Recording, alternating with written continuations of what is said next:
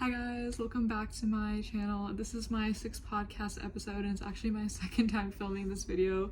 I just didn't really like the way that the first one was recorded, so I'm just redoing it, and so hopefully it will be more concise and a little bit more entertaining this time. But basically this is going to be kind of a haul of sorts. I actually bought yarn, I know. I don't love buying yarn, as you guys may know.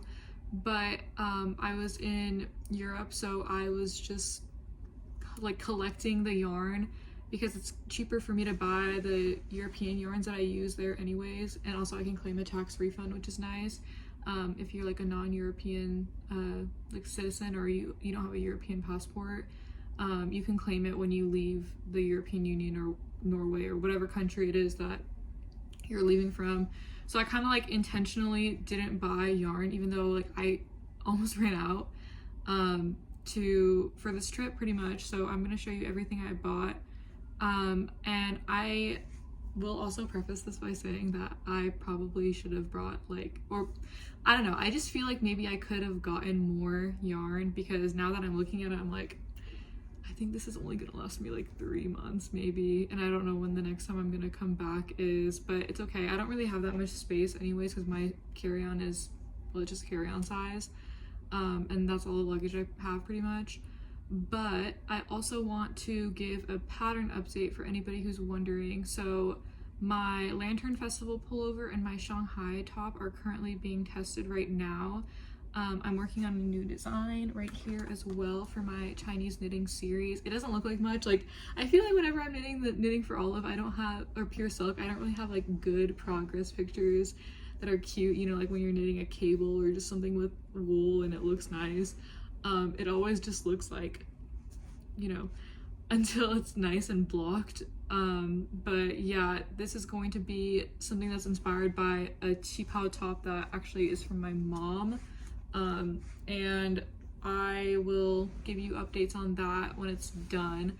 I'm just like kind of deep into like figuring out how to knit this, and I actually was going to do another qipao style, but I was doing this on a 6-hour flight and I couldn't really try it on properly, and I only had because I was also sitting in an emergency exit, so I only had like this with me.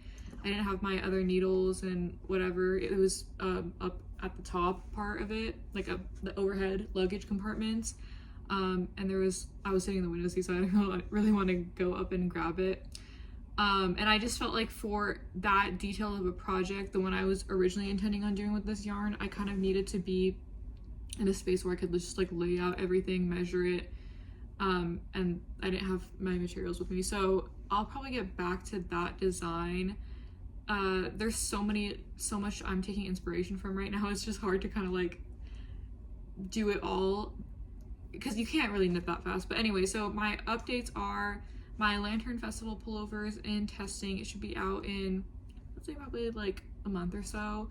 The qipao top is probably going to be out in a few weeks because my testers are making good progress with that right now. And I know a lot of people were asking why I didn't post a test knit for the qipao. I'm sorry, the Shanghai. qipao's already out. Shanghai top. The reason I didn't post a test knit for that is because I had 2 other test knits going on as well as like the Shanghai one. So it was kind of a lot of work for me to go back and forth between the 2 other patterns and then this pattern as well. And I have like other stuff going on as well. So it's hard to just like put my attention into 3 different groups. And also my test knitters already had the yarn for it, or they already had shown interest that they wanted to do it. So my test knit group for that is actually quite big as well. So I was like, okay, like you guys have the material and kind of know the routine, so it was just easier for me to do it that way, and that way I can put it out faster as well. Because I know a lot of people have been messaging me saying that they want to knit it, but I don't want to release the untested version like quite yet, just because I want at least the top part and 1 sleeve to be done before I put it out. There is differences between that top and the qipao dress and top pattern. The number of stitches you cast on is different. The qipao is just for like the sleeveless, This one you can either do a cap, the Shanghai top, you can either do a cap sleeve or a long sleeve. I have both options there. And obviously the button band is different, and just like some more technical stuff about it is different. But yeah, that's honestly like my favorite thing I've ever knitted by myself, like self-drafted, I would say. And I really wanted to make another one of that, but the color that I wanted to make it in, I gave it back to my mom to take home for me. It was actually like part of this like haul as well, and I bought buttons for it and everything, but I just wanted to like get rid of some stuff from my suitcase to have room to maybe get more yarn. So yeah, let's get started into the haul. So I'll start with the yarn because, well, I'll just like go back and forth, but like everyone's interested in the yarn, I guess. But I think I got 7 balls or 6 skeins of this Herholt Utspinnery. It's the Hansworks yarn. This is not the triple. I have used the triple before, but I use that for my Esther jacket. A lot of people, Petite Knit uses it for her Dagmar jacket, but I use it for my Esther jacket because at the time that I had this yarn available to me, I think they had like 1 less skein that I would have needed. In hindsight, I probably could have done it with 6 instead of 7 skeins of that yarn, just because I ended up having a lot of leftover anyways. But for my Dagmars, both my Dagmars, I use the Hills Fabric yarn in the Luna and the Varde yarn. Yeah, I actually have that in this haul as well. But yeah, I was like contemplating what I should make with this, but it's definitely going to be a cable cardigan. And actually my friend also used this exact same yarn, and she works at the yarn store that I went to and I got it from. And yeah, so I'm excited to use this. It's really hard to make decisions on what type of yarn I want to buy, or like not what type of yarn, the color of yarn I want to buy, because I feel like I'm kind of indecisive. But I did see her like use this exact color, and I thought it looked really nice on her, so I wanted to give that a try as well. Okay, so yeah, I think I have like, I don't know, did I get 6 of these? Maybe I got 7, I'm not sure. But moving on, I have, so I got these 3 colors to make a color work sweater. These are the Hills Fabric. These 2 are the Luna, and then this is the Varde. So the Luna is lamb's wool, the Varde is just like wool, I guess, like Norwegian wool. But the pattern that I want to make is called the Zosia cardigan, and it's kind of just like a color work cardigan in more of like a, I think it's a bulky or an Aran weight yarn. Maybe it's like a worsted weight yarn, I'm not quite sure, but I think this would be good for it. She uses the Isager Soft, but I just like didn't want to use that one. I wanted to use more of a rustic wool, so these are the ones that I chose for it. The colors are the same also as the one in her pattern. So yeah, those yarns are from Hyman in Norway and Oslo, if anybody's wondering where to buy the Hills Fabric from. I know you can buy the Hills Fabric in the US now, like online at Woolen Company and also Woolly Thistle, if you guys are interested. But I'm not sure where you can get the Herholt from. I don't know if they sell it online in the US yet, but the Hills Fabric is now available. So, and also I got these buttons as well. Oh, kind of hard to see, but it's just like a Norwegian button. They're kind of big, actually. They're like this big, and that's for that cardigan, the Zosia cardigan. And I got 6 of those buttons. I always buy these buttons when I go to Norway. I think they're really lovely. So yeah, and then for my knitting for olive yarn, I got quite a few. I got 4 colors, so I have 4 of this black one. So I was thinking of recreating this top because I feel like I wear this like almost every single day, or every other day at least. And I've gotten a lot of comments asking about it. So this is kind of just like the cheap haul one I designed, but with a long sleeve. So let me know if you guys want to see that, because I have gotten comments asking me like what the pattern is for this, but it's literally just like I bought this at a store. It's not knitted. I mean, like it's knitted, but not like hand knit. But yeah, so I was thinking of doing that with this, or just some other long sleeve pattern. That's why I bought 4 for this. And then obviously this one is going to be my new design. I have 3 balls of this. It's going to be a cap sleeve as well. And then this color, I also got 3 of this, also for a cap sleeve, Chinese inspired 2 palette top as well. And then I think that's it for the yarn. Like I said, it could have been more, but I don't have enough suitcase space, and I also like have a hard time buying yarn if I don't have a, oh, that's not it. I have the Knitting for Olive pure silk in the navy blue as well. I think I got 3 of them and my mom took them back with her. And I also got the Ulysses, like it's a French yarn. I think it's just like a wool that I was going to make like a winter Tibet inspired pullover with that as also. And then I got like a mohair to just give accents on the Tibet inspired piece that I'm working on later down the line. So maybe fall or winter you'll see that pattern come out. All right, and now on to more Chinese inspired knitting stuff. So when I was in Krakow, I walked into this store. It was a yarn store, and I did not expect them to have these fabulous frog buttons. And I mean, like, these are so pretty and intricate. Like, I see a lot of ones that just look kind of, you know, like just basic or pretty stiff, but these ones are really, really nice. So I think I got 6 of the red, 3 of the white, and I got 4 of the navy blue. I would have gotten more because I honestly don't think that these may be enough for like certain projects that I'm thinking about, but they didn't have more, or else I would have bought more. I bought what they had in the colors that I wanted, which were the red, white, and the blue. So yeah, and then also from Poland. He's so cute. It's really cute. It's just like a wooden Santa that I found at a secondhand store. I thought it was really cute. Also, I have more of these, but they're like the bigger ones, like the hand-painted Slavic ones that are like really detailed. I think I have 3 of them because, like, I think everybody probably knows this about me. I really love Matryoshka and like just basically Slavic style folk art in general, which you'll see more in this haul.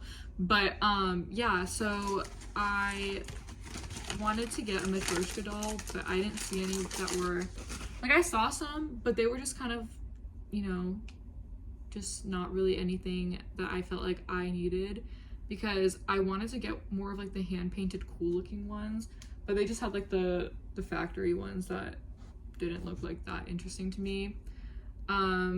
But yes, so continuing on, I finished my unicorn tapestry cardigan recently. This is what the front looks like, and then this is what the back looks like. I don't know why, but I'm honestly so in love with the front, like this crest and the buttons that I chose, and it's my first time knitting a double knit button band as well. So yeah, I may be like one of those people that likes the front more than the back. Not that I don't love the back, but the front, like the front is so cute. I love the crest and the double knit button band. So like, I feel like I'm more impressed with myself for the double knit button band than the color work, because I knew I could do the color work. Just like, yeah, I don't know. I feel like I'm kind of nerding out over that. These buttons are also from Hyman in Norway. It's just like snowflake silver buttons. And so I actually ordered this yarn when I was in the US. It's just like the Cascade 220 Sport, but it's in the non-superwash. I think they have the superwash version of it as well. And so I did Intarsia on the back, and I did the green, white, and the blue as like 3-stranded color work, like you can kind of see. And then the red and the gold are actually duplicate stitch, which I'm honestly not the biggest fan of duplicate stitch. I could have probably done it for some of my other projects in the past, but I just feel like it comes out a little bit bulkier than just doing the 3-stranded color work in general. But yeah, I really am excited with how this turned out, and I have like an idea in mind for the leftover yarn that I'm gonna use for it, because I still have like an extra whole skein of the blue, which honestly I probably didn't need to order, but it's okay because we can do scrap yarn projects with it. And then obviously I have more of the white and the green, like all the accent colors I have more of as well. And honestly, let me tell you a story. Let me like give you an anecdote about how it felt knitting this. I kid you not, I've unraveled every single piece of this cardigan, probably. And this is because it's no fault to the pattern. It's because my gauge was wrong. And I knit it originally. I actually did knit a swatch. I did knit a swatch. And I decided to ignore it. This is like my only time I ever knit a swatch, and I was like, like, you know. But I knit a swatch and it was an inch. Like, I think it was supposed to be 4 inches. Mine was like 3 inches or 3.5 inches with my US 5 needle. So probably like 3.75 millimeters or 3.5 millimeters. And then I also was like, okay, well, maybe I'll just like size up. So I sized up to a 6, which is a 4 millimeter needle. And it was still too small. But I was like, you know what? I don't think this yarn would look good with a US 7 needle because it says sport. So I'm just gonna knit it with the US 6. That was a not great decision. But honestly, I feel like I kind of don't even know how it would look like with the 7. I probably should have swatched that, but it doesn't matter because I made, so like basically this whole thing is modified and I basically winged the entire thing. The only thing I followed the pattern for really was this and the number of stitches to cast on. But every other part was like improvisation, the neckline shaping, how many like stitches to cast on, whatever, all the pickup amounts, the underarm, I mean everything, because it obviously like didn't work with my gauge because it was short and small. So yes, but when I was finished, it was like such an exciting moment because it felt like, oh, also I unraveled the sleeve 3 times on the first sleeve because I was just like trying to get it right. And so I think I picked up like 80 stitches. That's not like a spoiler for the pattern because like I made up that number because I didn't follow the pattern because it wouldn't have, you know, it wouldn't have been the right amount anyways. And I picked up 80 here, and then I go and check here because I'm doing like decreases. And I think I have like 11 decreases at this point, and there's like 2 stitches less than on the same part of the sweater on the other side. And I was like really suspicious, and I was looking for a drop stitch and I couldn't find anything. And then I even went back and counted here like how many stitches I picked up, and it was 80. So I honestly have no idea. I spent like an hour trying to figure that out, like where those stitches went. It will be a mystery. So yeah. You know what's funny is like I was visiting my friend in Norway. Hold on, I'll show you actually. I think I have. Oh, my phone just said low power mode. Low power mode. Anyways, so I was walking with her and I put my hand in my pocket and I felt this. Hold on, I have a lot of stuff in my pocket right now. I felt this thing and I pulled it out and it was just like a knitting tag that says made with care, made with love, in Norwegian. And I'm just like, this would be perfect for this, right? Because I knit a lot of this in Norway, and just to have it go right there, that's so cute. That's really cute. But well, maybe I do, because I think I have a sewing kit with me.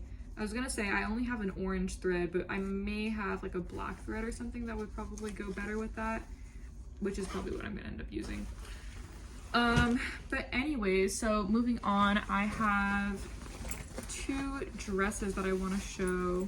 Well, actually I have another one, but my mom took that one back with her because it's a really big and poofy dress. That probably would have been my entire carry-on. And let me show you. So I will probably just end up inserting a picture here of that dress because it's so magnificent. And I just like walked into a random like secondhand store in Paris and I saw that and I immediately knew I had to try it on. It is a little big for me. I just pinned it in the back. I think I could just like do some sewing and make it my size, honestly. So yeah, and then I also have this dress that I got for super cheap. I think it was only like $30 or so in Krakow as well. It's kind of hard to see, but it's a vintage German dress.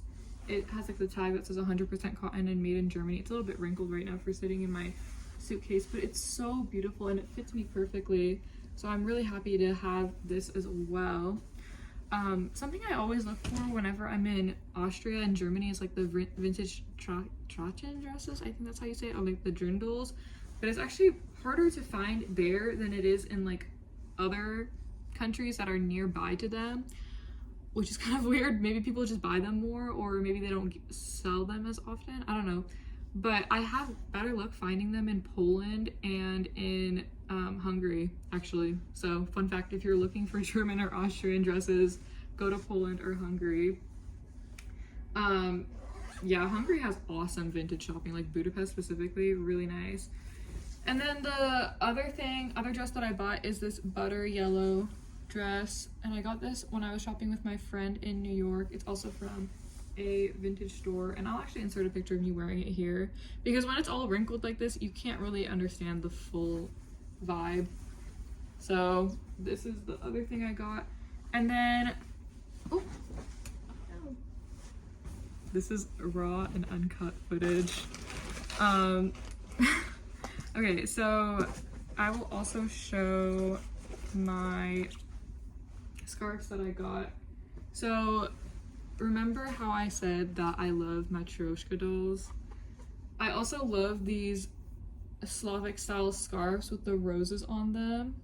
This is like a really traditional style that you see a lot in Eastern Europe, and I thought that it would totally make me look like a Matryoshka doll if I just like did one of these and put it over my head.